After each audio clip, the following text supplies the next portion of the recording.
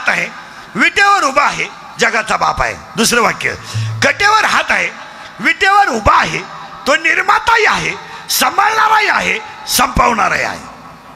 राजाचा रंकाही करू शकतो, रंकाचा राजाही करू शकतो. निम्मा महाराष्ट्र पुरात गेला, आपल्याला टाकून प्यायला पाणी नाही. देव येतो.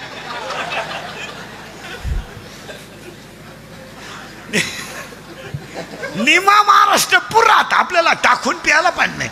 आता ही आपली पिकं जी हिरवं दिसतात ना, ही सलाईन चालू आहे म्हणून. जर 7-8 दिवस ऊन पडलं ना, हे आत्महत्या करतील. का? पाऊसच नाही. बसलेल्या कोणत्या माणसाच्या विहिरीला 2 फूट पाणी आलं, त्याला म्हणा बॉटवर कर बर. ठणठणीत ठणठणीत बर नाही. एकीकडं घरात घुसलं,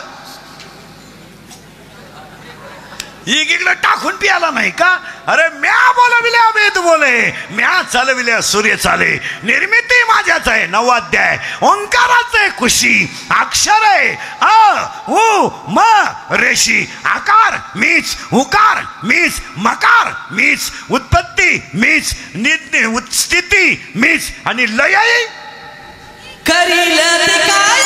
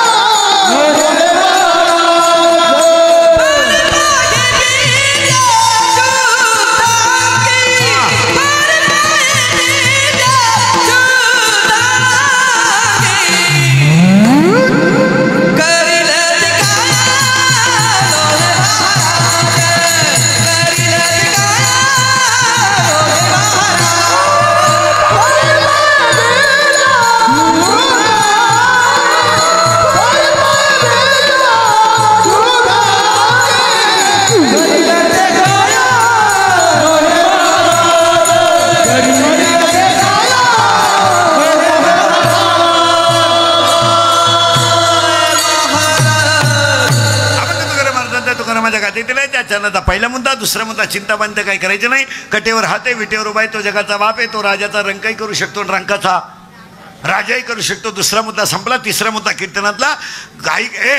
तिसरा मुद्दा ऐकणाऱ्यांना दुसरी सूचना.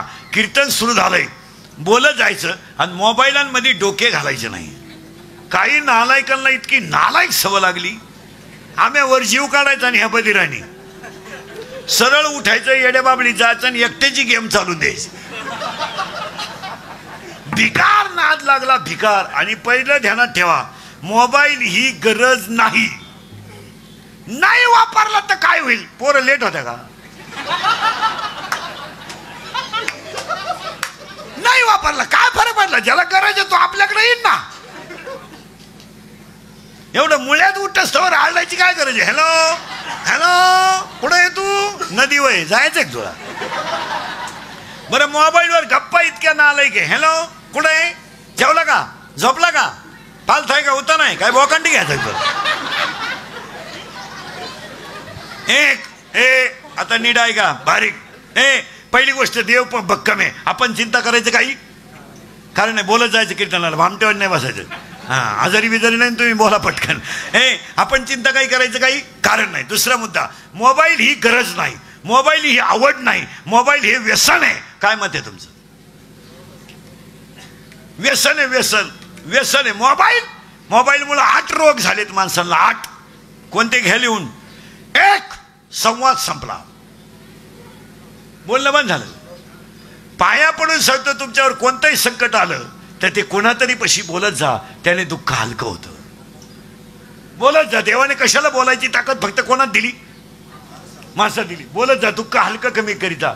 आपले लोक मोबाईलमुळे बोलत नाही आणि संवाद संपल्यामुळं माणसं भरमिष्ट झाली, बोलतच नाही. नवरा बायकोन पोरगा पोरगी 4च माणसं करायचे, 4 मोबाईल आहे आणि 4 गेम चालू आहे.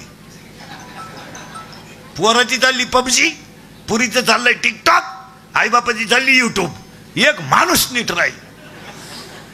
1, संवाद संपला.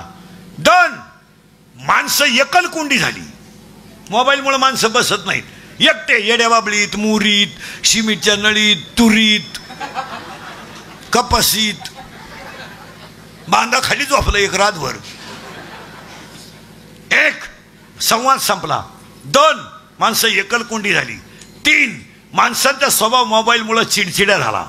आणि 4, मेंदूची ताकद झाली कमी आणि कॅपॅसिटी झाली जास्त, माणसं भरमिष्ट झाली. 5, मोबाईल वापरणारी माणसं तुम्ही कवाही चेक करा, पागलच येते. भरमिष्ट, झोपा नाही त्यांना, झोपा नाही. आणि मोबाईलमुळे अजून 4 रोग झाल्यात. 1, डोकेदुखी. 2, सांधेदुखी. 3, दृष्टीदोष, दिसत नाही मोबाईल वापरणारा.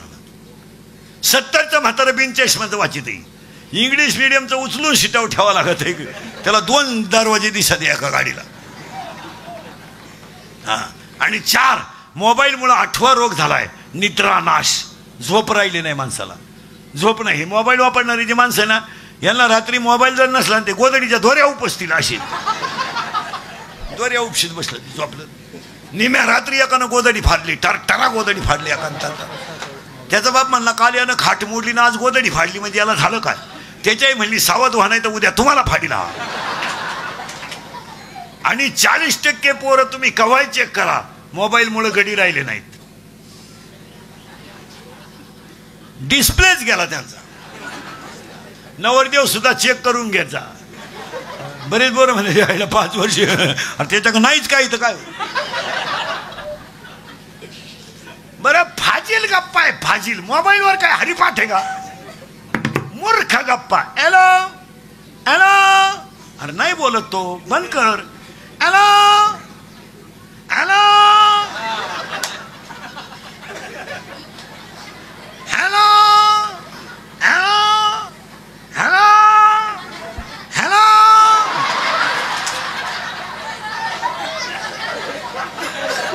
आता सगळीकडून रेंज गेली, एवढीच रेंज आहे. बोला पागल. आता मी बोलायचं तुम्ही बोलायचं, दोघांनी पाया पडून सांगतो महाराज. हे इंद्रिकडचे कीर्तन आहे. हे काल सत्य, आज सत्य, उदय सत्य. लहानाल्या पोरांना महिला मंडळ तुम्हाला पाया पडतो. तुमच्या मुलासारख्या मी आज द्वादशी आहे, प्रदोषी आहे, सोमप्रदोषी आहे. लहान मुलांना मोबाईल खेळायला देत नका जाऊ. आपल्याला वाटतं आपल्याला एकुलतं एक आहे, कोणच्यासाठी कमवायचं आहे हे आपल्याला वाटतं. पण त्याच्या मेंदूला एक शिकलेले लोक ध्यानात ठेवा, brain is same but capacity is difference. प्रत्येकाचा मेंदू समान आहे पण त्याची कॅपॅसिटी वेगळी. एक तहसीलदार आहे तर एक शिपाई आहे, एक शिपाई आहे तर एक अधिकारी आहे. What is that reason behind it? काय कारण आहे त्याला? तर त्याला एकच कारण आहे, brain is same but capacity is difference. शाळेतल्या पोरी सांगा पटकन, 5 मार्काला पर्याय निवड आहे, 5 मार्काला पर्याय निवड आहे. सगळ्या पोरांना 5 पैकी 5 पडतील का? नाही. सगळ्यांना 4 पैकी 4 पडतील का? सगळ्यांपैकी 3 पडतील का? सगळ्यांना 0 पैकी 0 पडतील का? नाही. कुणाला 2 पडतील, कुणाला 1 पडेल. मग सगळ्यांना समान मार्क का पडणार नाही? पर्याय निवडाचं उत्तर प्रश्नपत्रिकेत नाही का? पर्याय निवडा ह्या प्रश्नाचं उत्तर प्रश्नपत्रिकेत नाही का? आहे. प्रश्नपत्रिकेत जो उत्तर आहे आपल्याला फक्त सापडायचं आणि लिहायचंय. मग सगळ्यांना 5 का पडत नाही? तर काहींचा मेंदू फास्ट आहे त्यांना 5 पडतील, काहींचा लोअर आहे त्यांना 4 पडतील, त्याच्यापेक्षा कमी आहे 3 पडतील, त्याच्यापेक्षा कळलंच नाही त्याला 2 पडतील, आणि भेजाच नाही त्याला 0 पडतील. पर्याय निवडा विषय नाही हा विषय. Every man has a difference capacity of knowledge. Brain is same, मेंदू समान आहे पण कॅपॅसिटी वेगळी. व्यक्ती समान आहे, प्रारब्ध वेगळा आहे. सावजी, कानोबा आणि तुकोबा एकाच वडिलांची 3 मुलं आहेत. एका वडिलांची 3 मुलं आहेत. एक सावजी, एक कानोबा आणि एक तुकोबा. सावजी वेगळे, ते निघूनच गेले. कानोबा प्रसिद्ध नाही झाले आणि तुकोबा जगद्गुरु झाले. या 3 मुलांना आई एक आहे, वडील एक आहे, समजणारा भगवान एक आहे, पण तिघांचं प्रारब्ध. आता उलट फिरा.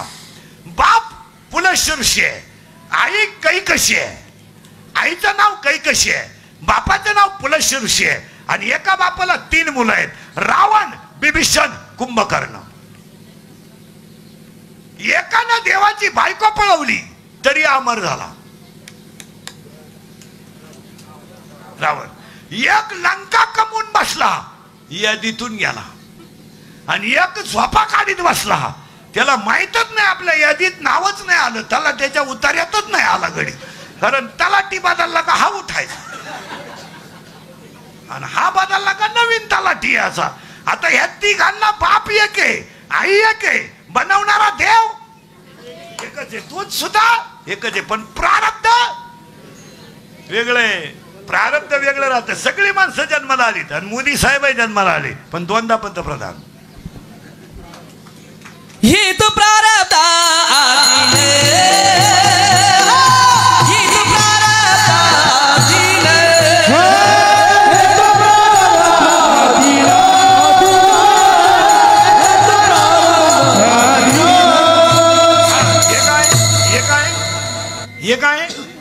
हे काय प्रारब्ध आहे. काही माणसं 50-50 वर्षात पक्षात एकदा मंत्री नाही, काही पक्षात नसताना मंत्री.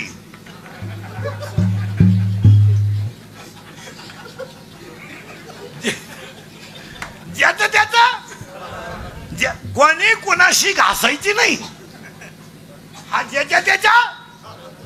बरं, आता उलट फिरा. पितामह भीष्मांना मरताना भेटायला देव गेले. प्रारब्ध पहा बरं का, प्रारब्ध. आता ते इच्छा मरणी आहे. कोण? भीष्म. मरण जेव्हा यायचं तेव्हा येणार. गोपाल कृष्ण गेल्याबरोबर पितामह भीष्म आले, आणि मी उस्कून देईल बरं का तुम्हाला सांगतो. पितामह भीष्मांना गोपाल कृष्ण भेटायला गेले. प्रारब्ध ऐका बरं का. समोर उभं कोण आहे? कृष्ण. कुणाच्या? भीष्माच्या. आता देह ठेवायला हरकत आहे का?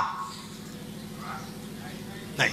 पण त्यांच्या डोळ्यातून आनंद अश्रू आले, आणि त्यांनी सांगितलं, गोपाल कृष्णजी तुम्ही आज मला भेटलात, भाग्य आहे माझं, आज मला देह ठेवावं असं वाटतंय. पितामह भीष्म देह ठेवणार. तेच गोपाल कृष्णाने सांगितलं, भीष्मजी तुम्ही पितामह आहात, तुम्ही इच्छा मरणी आहात, पण तुम्हाला आज देह ठेवता येणार नाही. का? तुमचं थोडंसं कर्म शिल्लक आहे, आणि त्याला 6 महिने बाकी आहे. आता सध्या दक्षिणायन चालू आहे, 6 महिन्यानं उत्तरायण लागणार आहे, आणि तुम्हाला उत्तरायणात देह ठेवायचा आहे. पितामह भीष्माने चेहरा सोडून दिला महाराज, आणि पितामह भीष्मांचं शरीर बाणावर 6 महिने ठेवलं. 6 महिने इच्छा मरणी माणसाचं शरीर सुद्धा कशावर आहे? बाणावर आहे. आणि ऐका आता, 6 महिन्यानं गोपाल कृष्ण आले, आणि पितामह भीष्मांच्या डोळ्यातून खळखळा अश्रू आले. आज मी देह ठेवतो, फक्त एक करा. आज मी देह ठेवतो, फक्त एक करा. माझ्या समोर उभे राहा, आणि माझ्या नजरेसमोर उभे राहा. तुमचं रूप आणि तुमचे पाय माझ्या डोळ्यात राहू द्या. आता इथं उलट फिरा. पितामह भीष्म इच्छा मरणी असताना सुद्धा 6 महिने त्यांचं शरीर बाणावर ठेवावा लागलं, आणि फडफडणारा आकाशातला पक्षी मरायला रामाच्या मांडीवर आला. लावा डोकं, निवांत डोकं खाजवा. आकाशात फडफडणारा जटायू मरायला रामाच्या मांडीवर, आणि पितामह भीष्म 6 महिने बाणावर. आता उलट फिरा. फडफडणारा जटायू रामाच्या मांडीवर, रामाचा बाप बायकोच्या मांडीवर. रामाचा बाप मरायला बायकोच्या मांडीवर, फडफडणारा जटायू रामाच्या मांडीवर, आणि रामाची बायको पळवणारा रामाजवळ. रावण मेला रामाजवळ, दशरथ मेला कौशल्याच्या मांडीवर, आणि जटायू मेला रामाच्या मांडीवर. कोणाचं प्रारब्ध कधी सांगता येईल नाही. चिंता करायची नाही. मोबाईलचा वापर कमी करा. दुसरा मुद्दा संपला. इथपर्यंत काही शंका नाही. तिसरा मुद्दा आज गायकवाद गुणजन मंडपवाले, माईक सिस्टीमवाले सगळ्यांची उपस्थिती होते. मृदुंगमणी गायकवाद गुणजन पारेगाव बुद्रुक गायकवाद गुणजन मंडपवाले, माईक सिस्टीमवाले सगळे. बुद्रुक बरोबर ना? हा, पारेगाव बुद्रुक गायक वादक गुणीजन मंडपवाले माईक सिस्टीमवाले सगळ्यांच्या उपस्थितीमध्ये, गायक वादकांच्या उपस्थितीमध्ये चाललेल्या अखंड सप्त्याच्या शेवटच्या काल्याच्या कीर्तनाला सुरुवात. काल्याच्या कीर्तनाला सुरुवात करण्यापूर्वी गायक वादक, देणगीदार, वर्गणीदार, पंक्ती देणारे, पंक्तीला येणारे, पंक्तीला बसणारे, पंक्तीला वाढणारे, पंक्तीला जेवणारे, जेवल्यावर घरी जाणारे, जाताना दुसरीच्या चपला नेणारे गायक वादक गुणीजन सगळ्यांना धन्यवाद. कीर्तनाला सुरुवात. आणि कीर्तनामध्ये कीर्तन सुरू करताना, काल्याचे कीर्तन सुरू करताना तिघांचे थोडे गुण गावेत. त्या तिघांचे गुण कोणते ऐका. एक, पंगत घालणाराचे गुण गावेत. दोन, पंगत घालणाऱ्यापेक्षा पंक्तीला जेवणाऱ्यांचं कौतुक करावा. का? पंगत कोणी घालील? जेवाय माणसं पाहिजे. आणि तीन, या दोघांपेक्षा वाढणाऱ्यांचं कौतुक करावं. लॉन्सला, कारण लॉन्सला लग्न नेलं तर लघवीचे पैसे आहेत. पिंपळ आपल्या पारेगावला सप्ताह चालू आहे. आज या 2-3 हजार लोकांना पंगत, गावातली तरुण पोरं वाढतात, त्यांचं कौतुक का करू नये. हायस्कूल जे आणि गावातले ए कुठे झाले तुम्ही? शाळा आहे का?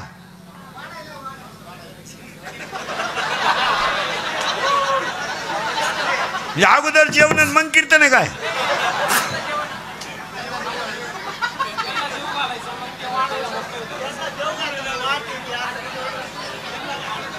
अरे सगळा घोटाळा झाला. हे जा पटकन.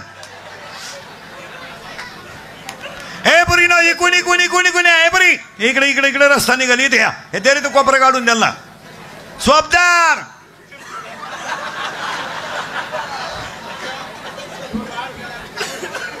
त्या पोरींना तिथून रस्ता द्या काढून. सोबदार जरा गुलाम ठेवत जाऊ.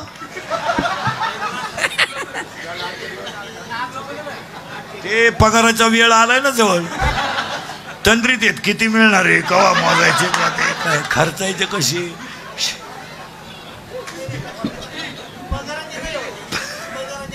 यांचे नाही आपले सगळ्यांचे, त्यांच्यावर कोण लोटलं तिला वाद लावून.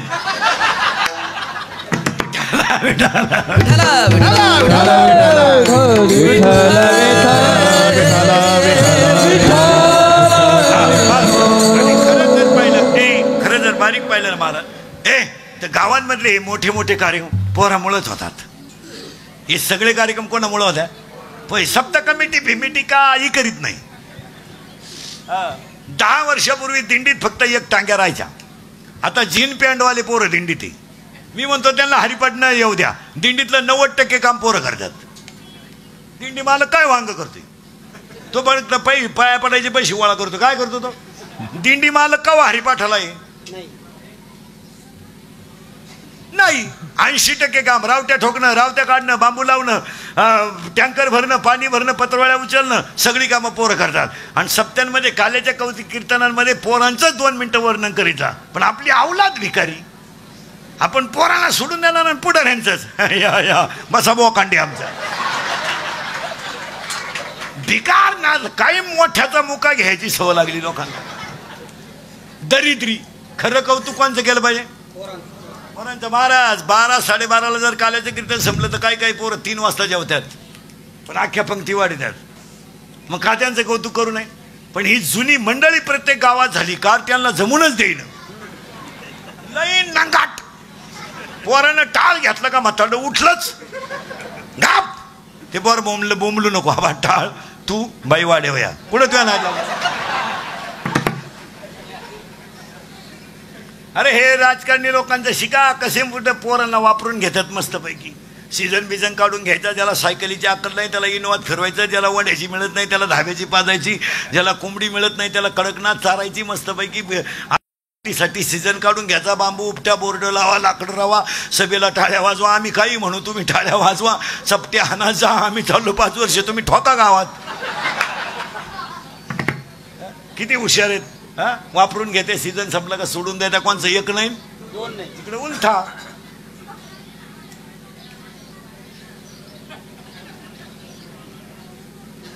त्याला काही घेणं का परत? रात गई भुईमुगाच्या शेंगात दाणा गेला, संपला. तर फलचुलीत. तुपाच्या डब्यात तूप येतवर तो डबा भरणीत आहे. अब तुपाचा डबा आहे तोपर्यंत तो फ्रीजमध्ये. फ्रीजमधून कपाटात आहे. डबा संपला, तूप संपलं. त्याला 2 छिद्र आहे, तार आहे, खुटीला आहे.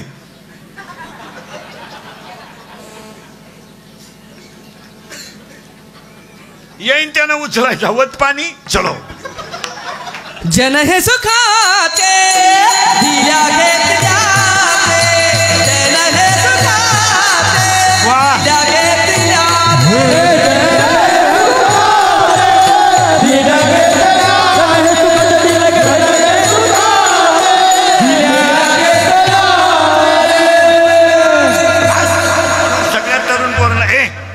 सगळ्या तरुण पोरांना एक वाक्य सांगतो. पोरांनो, तुम्ही कोणत्या टोळीचे मेंबर होऊ नका. आमच्या टोळीत या, 12 माही फुकाट खा. एक वाक्य सांगा. तुम्ही आमच्या टोळीत जर आलात तर आमच्या टोळीत जर आलात तर श्रीमंत होणार नाही, पण सुखी झाल्याशिवाय राहणार. आमच्या टोळीत हे लोकांचे भोंगे बांधायचे आणि सत्रांच्या झटकायचे आणि बोर्ड चिटकवायचे आणि वाढदिवसाचे बोर्ड लावायचं. बस करा आता.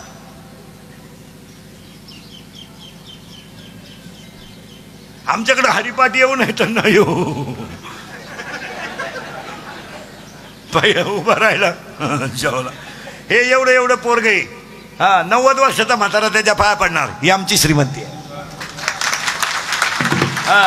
जगात सगळीत मोठी श्रीमंती हे एवढंच पोरग आहे. पण त्यानं जर इना गळ्यात घेतला तर 90 वर्षाचा कीर्तनकार जरी असला तर त्याच्या पाया पडेल. ही जगातली सगळ्यात श्रीमंती आहे. तुम्हाला लोक पाजी त्या वापरून घेत्या, सीझन संपल्यावर सोडून देत्या. आणि गावातल्या लोकांना सांगून ठेवतो, पोरांना फक्त वापरून घेऊ नका, त्यांना जरा चान्सेस द्या. 9 लोकांची ग्रामपंचायत असली तर 2 याडपट का होईना बाया घ्यावा लागत्या. पुऱ्या येड्या ये ग बाई. ती म्हणली मला लुगडं नाही, पैसे नाही, ये तू आली नाही तर आमचा कोठा पुरा होत नाही. आणि तिला विचारलं सई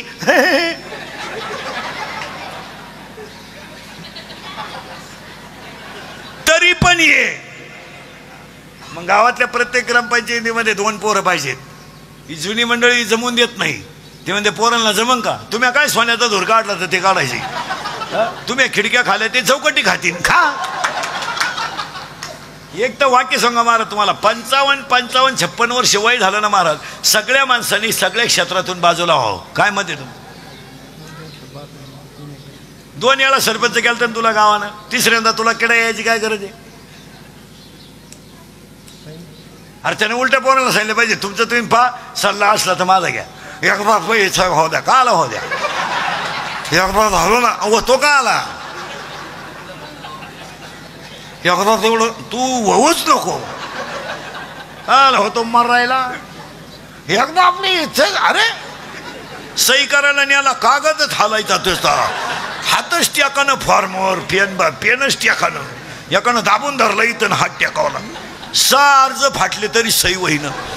पण तो ग्रामसेवक म्हणला तुम्ही फॉर्म नका भरू. म्हणले का फॉर्मच संपले तर काय भरेल.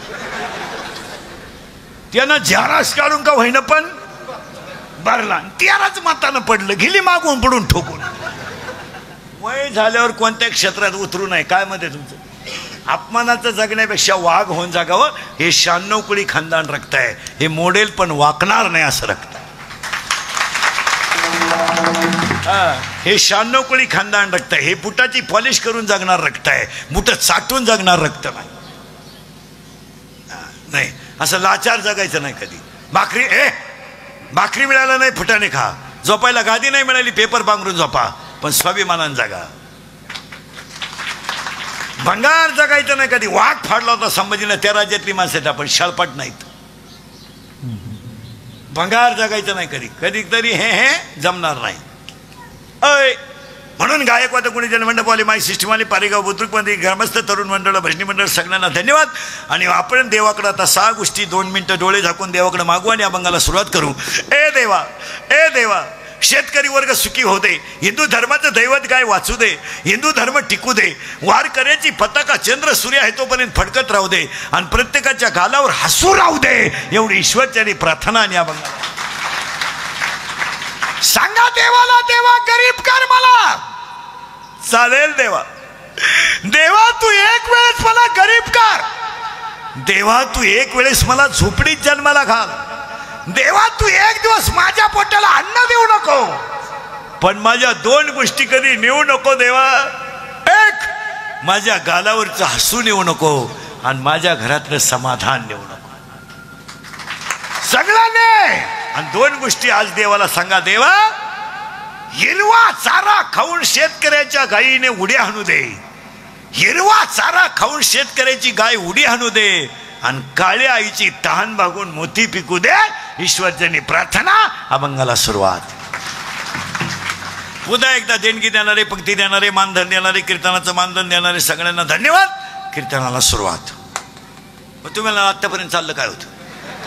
आतापर्यंत चाललं होतं ते अभंग कोणाचा एक, चिंता करायची दोन, आणि अवस्था ज्ञानी आहे. जगात कोणाच्या नादी लागू नका, फक्त खंबीर राहा.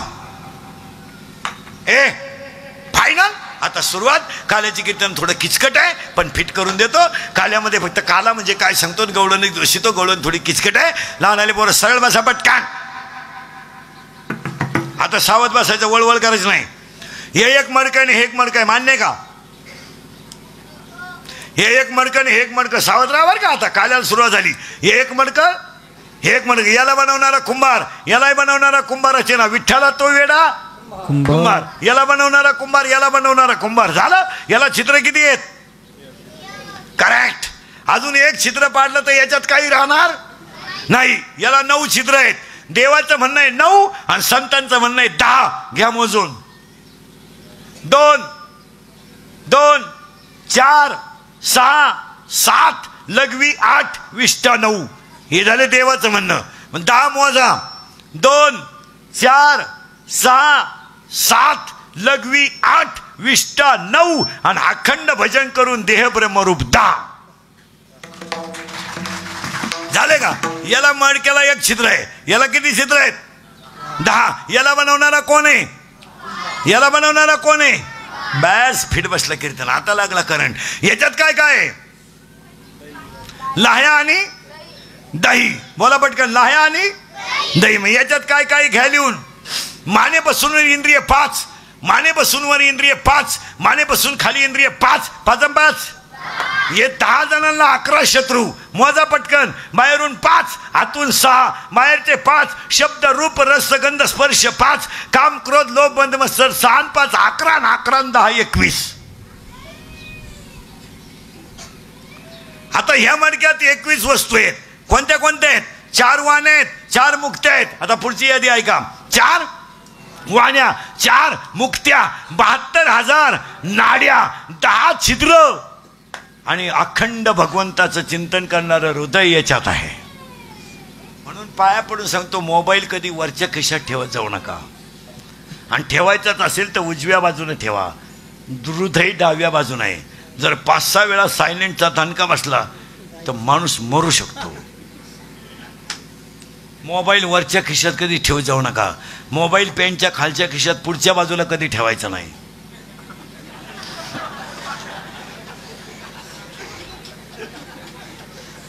रेंज जाते माणसाची, रेंज. मोबाईल मागच्या खिशात ठेवायचा, फुल रेंज. ऐका आता. हे एक मडकं फायनल झालं बरं का. याला बनवणारा कुंभार. मग एकाच वाक्यात उत्तर. दयासारखं शुद्ध चित्त, दयासारखं शुद्ध चित्त आणि मुरमुऱ्यासारखे हलकट विचार एकत्र आले की तयार होतो तो काला. मंथनी नवनीता तैसे की आनंदा.